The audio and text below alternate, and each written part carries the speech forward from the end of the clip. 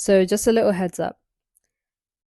We are definitely going through trial and error with the podcast. We filmed this week's episode outside, thinking that the noise cancellation on the headphones that we have would have been enough, but it turns out that a lot of background noise was picked up. The vocals are still pretty clear, and we've tried to mitigate the background noise. So, just in case you hear a couple of things in the background, uh, please pay it no mind. I still think this podcast episode is very insightful. I still think you can take something from it, and I still hope that you give it enough of a listen. Thank you. Right? It's kind of like you're just moving through life, and sometimes you're on autopilot, and you might make a lot of bad decisions along the way, right? In order to soothe whatever it is that you're going through. It's like living without parts, right? And I think you look at life and you're like, okay, this is what people are really like. This is what I'm going to have to experience. This is what I have to do to get to where I need to go. And not everybody has that experience. But yeah, what you were saying about being grounded. And like I was going to add, like almost everybody I talk to that has like lost a parent, they say that same thing of understanding human nature. Like you just like okay, like this is how people are, and that's just how it is. Yeah, living without a shield. Yeah. Your first layer of protection is gone forever. For me, as a female, I think after losing my dad, people saw us as females, people saw us as basically a liability. So people that wanted to be with you then, they make it seem like they're doing you a favor, kind of. And then I remember there was this person the longest relationship I had. I met his mom and everything, and she was asking about my family and everything. And when I said my dad was no more, I had three siblings, two younger ones, and my dad is no more. The first thing she said was, "Oh, he has his work cut out for him then." And I was like, "Wait, what?" Because you automatically thought that your Thought husband that would I take on was the responsibility exactly. of your son. I was like, "Wait, what?" I don't understand. We're doing just this has been a while ago. We're doing just fine. And she was like, no, that's not what she meant. I'm like, okay, I don't want to get Oh, you into what definitely meant it. I don't want to get into what you meant. And I think that's one of the things that made me review that relationship and all. And then the relationship went on till my mom was diagnosed with cancer. Yeah. And then I had already started my downward spiral then because I was the person for my mom to lean on. And then I realized I didn't have anybody to lean on. So something you said about the downward spiral, I don't think we have enough honest conversations about the downward spiral. That is annoying.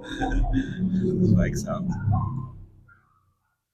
I just hope it doesn't pick it up. But anyway, um, about the downward spiral. I know I had a couple of rough years because the way that my mom passed was I had already experienced a couple of passings throughout my life. I can confidently say I know like 20 to 30 people who are gone. I knew them and I had personal relationships. So September 2018, my granddad passes away from cancer. 6 months later, my grandmother passes away April 2019 from a different kind of cancer. 3.5 months later, my mom passes away from heart failure. So it's before you finish grieving one process, something else happens. Kind of like you're literally going through life on autopilot. And so processing all of those things, the reality thing comes into it. Your mortality is real. You can't even move through life acting as though you're going to live forever. It's not that because I've seen it enough times. I think on the flip side, you also, we say about like seeing people who are not there, like for who they really are. The people who are there for you, that's when you really, Yes. You know value who's them. solid. That's Yeah, you know who's solid. Exactly. I think your reaction to things changes too. You know what I realized? Sorry. The concept of blood is thicker than water is absolutely Oh my god. yes. Because no, it's true. It is. Like I have an appreciation for the family who were here when it happened, no doubt. But it was the people who I did not have much blood ties to that were the people who wanted to make sure that we were okay, that we were doing fine, that we were doing okay. We had friends that would like sleep in our rooms, in our beds with us to like make sure that we were doing great and we were doing okay. Those were the only people who did not have expectations. Most of the relatives had expectations. whether it's how you were grieving, how you looked while you were grieving, what you were doing, where you went, who you were with, whatever it is. Whereas like your friends were just there to be like, but are you okay? Because they were the people who were asking, All the all right the right questions. questions. And when I think about like going on I literally felt like I was floating because I had stopped living with my mom when I was about 17. Um, when they had moved back to Nigeria, I was still living in the UK at the time. I was 17 when I stopped living with her. I came back home about twice, and then they came to see me while I was away a couple of times.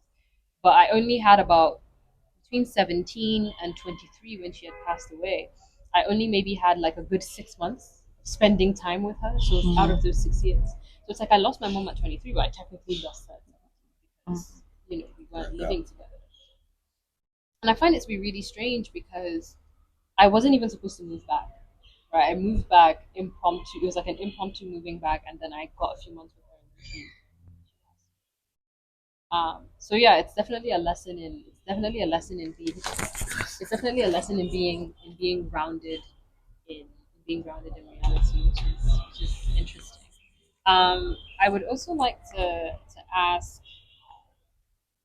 So also still on the partners. So would you say that you would prefer to be with somebody who understands that and who's experienced that because you don't have to explain too much? Is that what you're trying to say?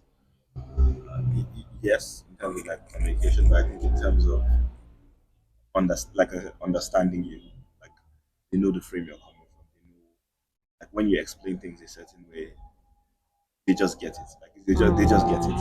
And I think they're also more capable of meeting your needs, Yeah, right?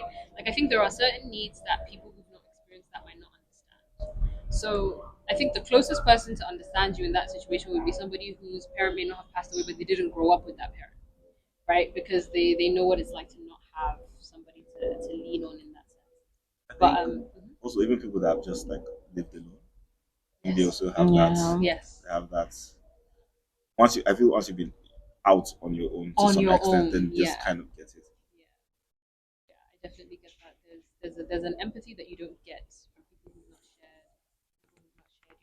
I think for me, um, I I always reiterate reliability in a future partner. I need someone that's very reliable. Because not only have I experienced loss in terms of death, but I've experienced a lot of loss. I moved around a lot as a kid. I've been to like a dozen different schools, so I never really attached myself too much to something. And so I think when I consider settling down, I need somebody that's very reliable and somebody that's very considerate and somebody that's very kind because you know how there are things you don't realize, like let's say like wedding days. They have like mother of the bride and all those things. I'm never gonna experience that, right? My mom's not gonna be in the delivery room when I have a baby. Um, I can't call her for advice and stuff like that.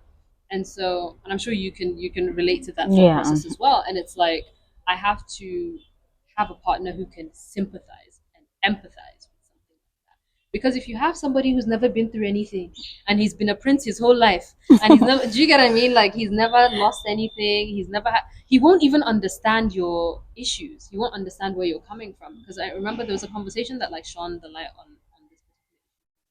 It was 4 years ago. I was sitting with a group of friends and we were talking, and it was basically about how one guy was like, oh, he doesn't want to be in the delivery room when his wife gives birth. He was like, and I was like, why wouldn't you want to be there? You're the father. And he was like, her mother can just be there. And I was just looking at him and I was like, so what about the rest of us whose mothers aren't here? What do we do? And he was just silent.